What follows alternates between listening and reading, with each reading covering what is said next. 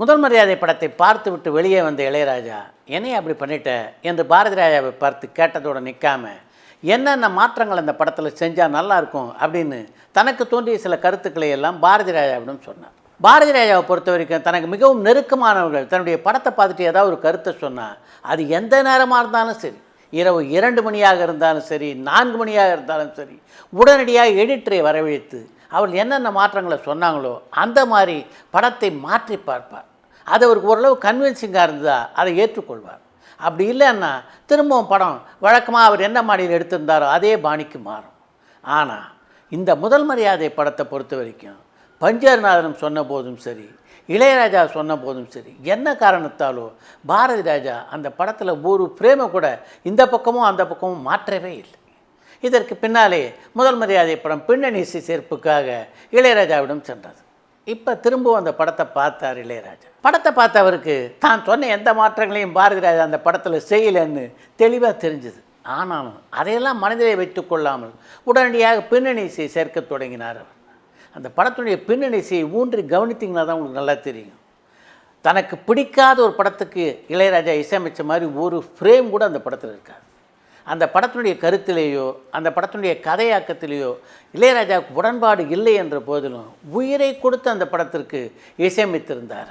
அவருக்கு மிகவும் பிடித்தமான ஒரு படத்திற்கு எப்படி இசையமைப்பாரோ அந்த அளவிற்கு அர்ப்பணிப்போடு அந்த படத்துக்கு இசையமைத்திருந்தார் இளையராஜா. தமிழ் சினிமாக்களை பொறுத்த வரைக்கும் அதனுடைய உச்சக்கட்ட காட்சியில் பார்த்தீங்கன்னா பொதுவாக கதாநாயகர் ஒரு 500 அடிக்கு சண்டை போடுவார் இல்லையா.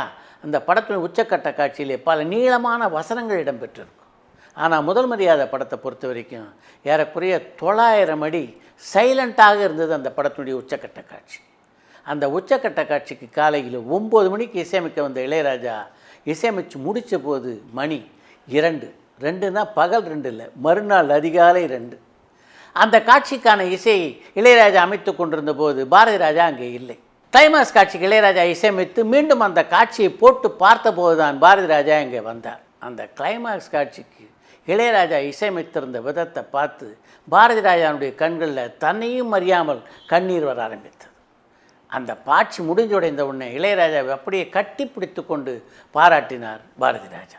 அந்த படம் முடிவடைஞ்ச உடனே பார்த்தீங்கன்னா அந்த படத்துக்கு மிகப்பெரிய வியாபார வரவேற்பு இருந்ததா என்றால் இல்லை. அதுக்கு முக்கியமான காரணம் முதல் மரியாதை உருவான காலகட்டத்தில் பார்த்தீங்கன்னா நடிகர்களும் சிவா கணேசனுக்கு மிகப்பெரிய மார்க்கெட் இல்லை.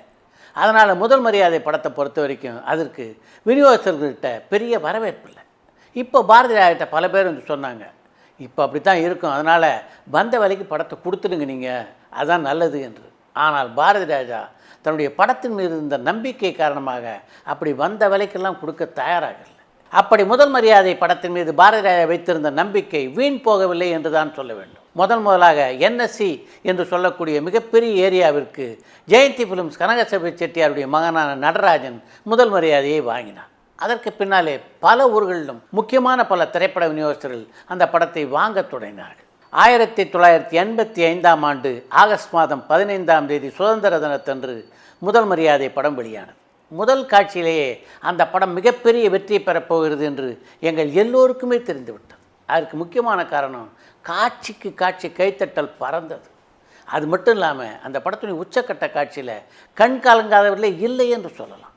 முதல் நாளே படத்தினுடைய ரிப்போர்ட் பிரமாதமாக இருந்ததுனால அந்த படத்தை வாங்கி எல்லா விநியோகஸ்தர்களும் மிகுந்த மகிழ்ச்சிக்கு ஆளானாள். அந்த படத்தை பொறுத்த வரைக்கும் ஏறக்குறைய தினமும் அந்த படம் வெளியானதிலிருந்து தொடர்ந்து ஒரு 15 நாளைக்கு தினமும் பார்ட்டிகள் நடந்த வண்ணம் இருந்தன. ஒரு நாள் டெக்னீஷியனுக்கு பாரதி ராஜா பார்ட்டி கொடுத்தார் என்றால் அடுத்த நாள் அந்த படத்தினுடைய விநியோகஸ்தர்கள் பாரதி ராஜா குழுவினருக்கு பார்ட்டி தந்தார்கள். இன்னொரு நாள் திரையரங்கு உரிமையாளர்.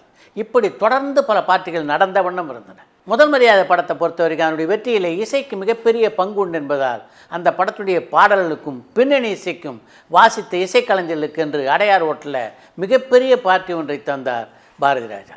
எனக்கு தெரிஞ்ச இசைக்கலைஞர்களுக்காக ஒரு தனியாக பார்ட்டி நடத்தினது அதுதான் முதல் முறை என்று கூட நான் நினைக்கிறேன். அடுத்து நான் சொல்லப்போவதுதான் ரொம்ப முக்கியமான ஒரு சம்பவம். முதல் மரியாதை படம் தனக்கு சுத்தமாக பிடிக்கலன்னாலும் உயிரோட்டமான ஒரு ஜீவனுள்ள இசை அந்த படத்திலே தந்திருந்தார் இளையராஜா. அப்படிப்பட்ட அற்புதமான இசையை தந்திருந்த இளையராஜாவுக்கு சம்பளம் கொடுப்பதற்காக அவரை தேடி போனார் பாரதி ராஜா. ஆனால் அந்த சம்பள பணத்தை ₹1 கூட வாங்க மாட்டேன்னு சொல்லி மறுத்து விட்டார் இளையராஜா. பாரதி ராஜா எவ்வளோ வற்புறுத்தி பார்த்தார். இதுக்கு சம்பளம் நீ வாங்கி தான் ஆகணும். இல்லை, எனக்கு அந்த படம் பிடிக்கலன்னு சொல்லி தான் வாச்சேன். அப்படி இருக்கும்போது அந்த படத்துக்கு நான் பணம் வாங்குறது சரியில்லை, ஆனால் நான் வாங்க மாட்டேன் என்று சொல்லி கடைசி வரைக்கும் பணம் வாங்க மாட்டேன் என்று சொல்லிவிட்டார் இளையராஜா. இளையராஜாவுடைய திரையுலக வரலாறில் பார்த்தீங்கன்னா பல படங்களுக்கு அவர் பணம் வாங்காமல் இசையமைச்சிருக்கார். சங்கிலி முருகனை கூட அவருடைய பேட்டியில் சொன்னார், முதல் 2-3 படங்களுக்கு என்கிட்ட இளையராஜா சம்பளமே வாங்கலை, நீங்கள்லாம் கஷ்டப்பட்டு வந்தவர், நீங்கள் முதல்ல முன்னுக்கு வாங்கண்ணே, நான் அப்புறம் பார்த்துக்கலாம் பணத்தை அப்படின்னு சொல்லிட்டார். இப்படி பல பேருக்கு அவர் உதவி பண்ணியிருக்கார். ஆனால் முதல் மரியாதை படத்தை பொறுத்த வரைக்கும் அவர் பண்ணதற்கு ஒரு வித்தியாசமான கெச்சர். பாரதி ராஜாவுடைய முதல் மரியாதை படத்தில் நடித்த அனுபவத்தை பற்றி தன்னுடைய சுயசரிதை நூலிலே குறிப்பிட்டிருக்கின்ற சிவாஜி, பாரதி ராஜாவை பொறுத்த வரைக்கும் எனக்கு சின்ன பிள்ளையிலேருந்தே அவர் நல்லா தெரியும், எனக்கு ரொம்ப வேண்டியவரும் கூட. இந்த படத்தில் நடிக்கணும்னு அவர் என்னை கேட்டபோது எனக்கு உடம்பு அவ்வளோவா சரியாக இல்லை, இருந்தாலும் பாரதி ராஜா கேட்குறானதுக்காக அந்த படத்தில் நான் நடிக்க ஒத்துக்கிட்டேன். அந்த படத்துடைய ஷூட்டிங்காக 1 மாதம் மைசூர் போயிருந்தேன். சிவசமுத்திரம் பக்கத்தில் உள்ள காவிரி கரை ஓரம்தான் அந்த படத்துடைய ஷூட்டிங் பெரும்பாலும் நடந்தது. நான் காலில் போட்டுக்கிறதுக்கு செருப்பு கூட அவர் கொடுக்கல. இந்த கட்டிலில் பண்ண படுக்க வச்சே பாதி படத்தை எடுத்துட்டார். அப்படி எடுக்கப்பட்ட அந்த படம் தான் மிகப்பெரிய வெற்றியை பெற்றது என்று தன்னுடைய சுயசரிதையிலே குறிப்பிட்டிருக்கிறார் சிவாஜி. முதல் மரியாதை படத்தை பொறுத்த வரைக்கும் சினிமா ரசிகர்கள் மட்டும் இல்லை, சினிமா உலகத்திலே உள்ள முக்கியமான பிரமுகர்களும் அந்த படத்தை அப்படி பாராட்டி தீர்த்தார்கள். இயக்குனர் சிகரம் பாலச்சந்தர் அந்த படத்தை பற்றி குறிப்பிடும்போது, முதல் மரியாதைக்கு எனது மரியாதைகள், எல்லாரும் உங்களை பாராட்டிட்ட பிறகு உங்களை பாராட்ட எனக்கு வார்த்தைகளே கிடைக்கல, ஆனாலும் அந்த படம் எனக்குள்ளே ஏற்படுத்திய பாதிப்பை உங்ககிட்ட நான் பகிர்ந்து கொள்ளவில்லை என்றால் எனக்கு தலையே வெடிச்சிரும் போல் இருக்கு. இன்னொரு கிராம கவிதை பண்பாடி இருக்கிறது பாண்டிய மண்ணிலிருந்து. அந்த நிலாவைத்தான் என் கையில் பிடிச்சேன் என்ற காட்சியிலே காணுகின்ற கவித்துவத்திலே அந்த காளிதாசனுக்கு இணையான ஒரு கற்பனையை என்னால் பார்க்க முடிகிறது. நடிகர் திலகம் என்ற இமயத்தை வைத்துக்கொண்டு எல்லோரும் திண்டாடுவார்கள். நான் கூட ஒரு முறை திண்டாடி இருக்கிறேன். ஆனால் நீங்கள் இமாலய வெற்றியை அடைந்திருக்கிறீர்கள். கடைசியிலே தலைக்கு மேல் தூக்கி நிறுத்திய காட்சி வந்தபோது அந்த பாறை தங்களுக்கு ஒரு சவாலாகவும், நீங்கள் அதை தலைக்கு மேல் தூக்கி நிறுத்தியதைப் போலவும் எனக்கு தோன்றியது. தங்களுக்கும் தங்கள் யூனிட்டைச் சேர்ந்தவர்களுக்கும் எனது பாராட்டுக்கள் என்று தன்னுடைய பாராட்டுகளை தெரிவித்திருந்தார் இயக்குனர் சிகரம் பாலச்சந்தர். ஒளிப்பதிவாளரும் இயக்குனருமான பாலு மகேந்திராவோ சமீபத்தில் நான் பார்த்த படங்களிலே முதல் மரியாதை எனக்கு மிகவும் திருப்தி அளித்த ஒரு திரைப்படம், என்னை மிகவும் கவர்ந்த படம். என்னில் பாதி வயதுள்ள ஒரு இனிய பெண்ணின் பாசத்துக்கு பாய் விரித்து அந்த உறவில் உள்ள எல்லா சுகங்களையும் எல்லையற்ற துக்கங்களையும் பிரச்சனைகளையும் அனுபவித்தவன் இன்றும் அனுபவித்து கொண்டிருப்பேன் என்பதால் மட்டுமல்ல, கிராம மனம் கமழ நீங்கள் கதை சொன்ன பாணி, நடிகர் திலகம் சிவாஜி ராதா ஆகியோரின் நடிப்பு, கண்ணனின் கேமரா, இளையராஜாவின் இசை ஆகியவற்றிற்காக முதல் மரியாதை படத்தை மீண்டும் ஒரு முறை பார்க்க திட்டமிட்டிருக்கிறேன். You have done it again, congratulations என்று குறிப்பிட்டிருந்தார். வயது வித்தியாசம் உள்ள முதிர்ந்த காதலை வெகு ஆழமாய் காட்டியிருக்கிறீர்கள். மைக் பிடித்து பாடுகின்ற பெல்பாட்டம் இளைஞன் இல்லாமல் ஒரு படம் எடுக்க முன்வந்ததே சாதனை. பாட்டை விட ரீரெக்கார்டிங் சுகம். இது இளையராஜாவின் இசை வசனம். வார்த்தை பேச முடியாததை வயலின் பேசிற்று. இந்த இளையராஜா என்ற மனிதர் தமிழ் சினிமாவுக்கு கிடைத்த பொக்கிஷம். இந்த படம் வியாபாரத்திலும் வெற்றி பெற்றது. தமிழ் மக்களின் ரசனை திரும்புகிறதை காட்டுகிறது. இன்னும் சில தப்படிகள் தான். தங்கமயில் தமிழுக்கு நிச்சயம் கிடைக்கும்.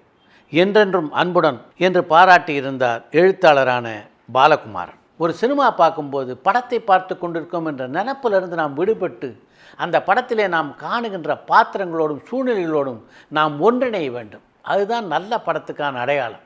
அது முதல் மரியாதை படத்திலே முழுதாக நிறைவேறியிருக்கிறது என்று குறிப்பிட்டிருந்தார் இயக்குனர் வி சீனிவாசன். பத்திரிகை விமர்சகர்களாலும் சினிமா உலகத்திலே உள்ள முக்கியமான பிரமுகர்களாலும் பாராட்டப்படுகின்ற ஒரு படம் வெற்றி படமாக அமைவது என்பது எப்போதாவது தான் சினிமா உலகிலே நடக்கும். அப்படி ஒரு மரியாதை முதல் மரியாதை படத்திற்கு கிடைத்தது. இந்த முதல் மரியாதை படத்தை பொறுத்த வரைக்கும் இன்றைக்கி திரைப்படத்துறையிலே பணியாற்றுகின்ற இளைஞர்கள் பல பேர் தெரிஞ்சிக்க வேண்டிய ஒரு முக்கியமான செய்தி அந்த படத்துக்குள்ளே இருக்கிறது. முதல் மரியாதை படம் எப்படிப்பட்ட வெற்றி படம் அப்படின்றத நான் சொல்லி நீங்கள் தெரிஞ்சிக்க வேண்டிய அவசியம் இல்லை. பல ஊர்களிலே வெள்ளி விழா கொண்டாடிய அந்த படம் பல விருதுகளையும் வாங்கி குவித்தது. அப்படிப்பட்ட தரமான படைப்பான முதல் மரியாதை உருவாக்க பாரதி ராஜா எடுத்துக்கிட்ட காலம் எவ்வளோ தெரியுமா? மொத்தம் 81 நாட்கள். இந்த 81 நாளும் படப்பிடிப்பு நாட்கள் இல்லை. அந்த படத்தினுடைய பாடல் பதிவு தொடங்கியதிலிருந்து சரியாக 81வது நாளில் படம் வெளியானது. அப்படின்னா அதுக்கு நடுவில் தான் அந்த படத்தினுடைய படப்பிடிப்பு, பாடல் பதிவு, பின்னணி சேர்ப்பு எல்லாம். அதனால தான் நான் திரும்ப திரும்ப சொல்கிறேன், முதல் மரியாதை படம் ஒரு படம் மட்டும் இல்லை. இன்று சினிமாவுகளிலே பணியாற்றுகின்ற இளைஞர்கள் பல பேர் கற்றுக்கொள்ள வேண்டிய பல பாடங்கள் அந்த படத்துக்குள்ளே இருக்கிறது.